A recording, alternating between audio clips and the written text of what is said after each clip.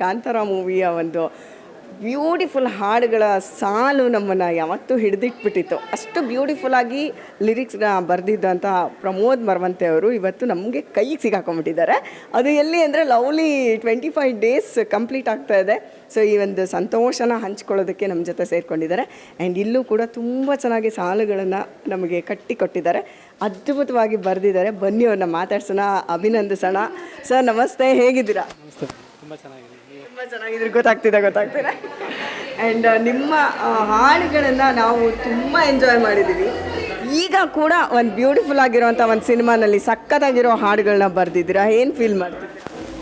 ಖುಷಿ ಆಗ್ತಾ ಇದೆ. ಒಂದು ನಾವೆಷ್ಟು ಬರಿತೀವಿ ಅನ್ನೋದಕ್ಕಿಂತ ನಮಗೆ ಅವಕಾಶಗಳು ಹೆಂಗೆ ಬರುತ್ತೆ, ಸಂಗೀತ ನಿರ್ದೇಶಕರಾಗಿರ್ಬೋದು, ನಿರ್ದೇಶಕರು ಅವ್ರ ಟ್ರಸ್ಟಿಂದಾಗಿ ನಮ್ಮ ಕೆಲಸ ಆಗೋದಷ್ಟೇ. ಅವ್ರು ಎಷ್ಟು ಟ್ರಸ್ಟ್ ನಮ್ಗೆ ಕೊಡ್ತಾರೆ ಅಷ್ಟು ಚೆನ್ನಾಗಿ ನಾವು ಕೆಲಸ ಮಾಡೋದಕ್ಕಾಗುತ್ತೆ. ಆ ಟ್ರಸ್ಟಿಂದ ನಂಬಿಕೆಯಿಂದನೇ ಹಾಡುಗಳು ಬರೋದಷ್ಟೇ. ಈಗ ಲವ್ಲಿ ಸಿನಿಮಾದ ಹಾಡುಗಳನ್ನ ನೀವು ಎಷ್ಟು ಎಂಜಾಯ್ ಮಾಡ್ಕೊಂಡು ಬರೆದ್ರಿ, ಆ್ಯಂಡ್ ಆಗ ಹೆಂಗಿತ್ತು ನಿಮ್ಮ ಮನಸ್ಥಿತಿ? ಸೊ ತುಂಬ ನನಗೆ ವಿಶೇಷವಂಥ ಸಿನಿಮಾ. ಯಾಕಂದರೆ ಎಲ್ಲ ಜಾನರ್ ಎಕ್ಸ್ಪ್ಲೋರ್ ಮಾಡುವಂಥ, ಸಾಮಾನ್ಯವಾಗಿ ಒಂದು ಲವ್ ಸಾಂಗ್ ಹಿಟ್ ಆದಾಗ ಲವ್ ಸಾಂಗ್ಗಳನ್ನೇ ಜಾಸ್ತಿ ಎಕ್ಸ್ಪೆಕ್ಟ್ ಮಾಡ್ತಾರೆ. ಬಟ್ ಇದರಲ್ಲಿ ಕಾಣದ ಕನ್ನಡಿ ಆಗಿರಬಹುದು, ಅದು ಒಂದು ಜಾನರ್. ಆದರೆ ಚಿಕಿಮಿಕಾ ಒಂದು ಐಟಮ್ ನಂಬರ್ ಇನ್ನೊಂದು ಜಾನರು.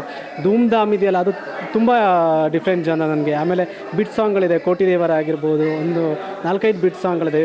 ಥ್ರೂಔಟ್ 6 ಸಿನಿಮಾಗಳಲ್ಲಿ ನಿಮಗೆ ಬಿಟ್ ಸಾಂಗ್ ಎಲ್ಲ ನಾನು ಬರೆದಿದ್ದೀನಿ. ತುಂಬ ಒಂದು ಪ್ಯಾಕೇಜ್, ನಮ್ಮಲ್ಲಿರೋ ಪ್ಯಾಕೇಜನ್ನು ಆಚೆ ಹಾಕೋದಕ್ಕೊಂದು ಅದ್ಭುತವಾದಂಥ ಒಂದು ಅವಕಾಶ ಲವ್ಲಿ ಆಯಿತು ನನಗೆ.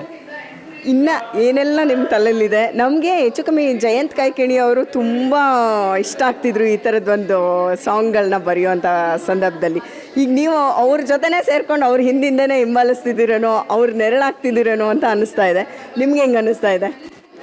ತುಂಬ ದೊಡ್ಡ ಮಾತು. ಯಾಕಂದರೆ ಜಯಂತ್ ಸರ್ ಅವರ ಸಾಹಿತ್ಯ ಭಂಡಾರ ಇದೆಲ್ಲ ತುಂಬ ದೊಡ್ಡದು. ಅದು ಅವರೆಲ್ಲ ನಮಗೆ ಮಾದರಿ. ಅವರು ನಾಗೇಂದ್ರ ಪ್ರಸಾದ್ ಸರ್ ಆಗಿರ್ಬೋದು, ಕಲ್ಯಾಣ್ ಅವರು, ಕವಿರಾಜ್ ಅವರು, ಹಂಸಲೇಖ, ಚಿ ಉದಯಶಂಕರ್ ಆಗಿರ್ಬೋದು, ಇವರೆಲ್ಲ ನಮ್ಗೆ ಒಂಥರ ಅವರು ತುಂಬ ಇನ್ಸ್ಪೈರ್ ಮಾಡಿದ್ರು. ಅವರಿಂದಲೇ ನಾವು ಬರೆಯೋದಕ್ಕೆ ಶುರು ಮಾಡಿರೋದು.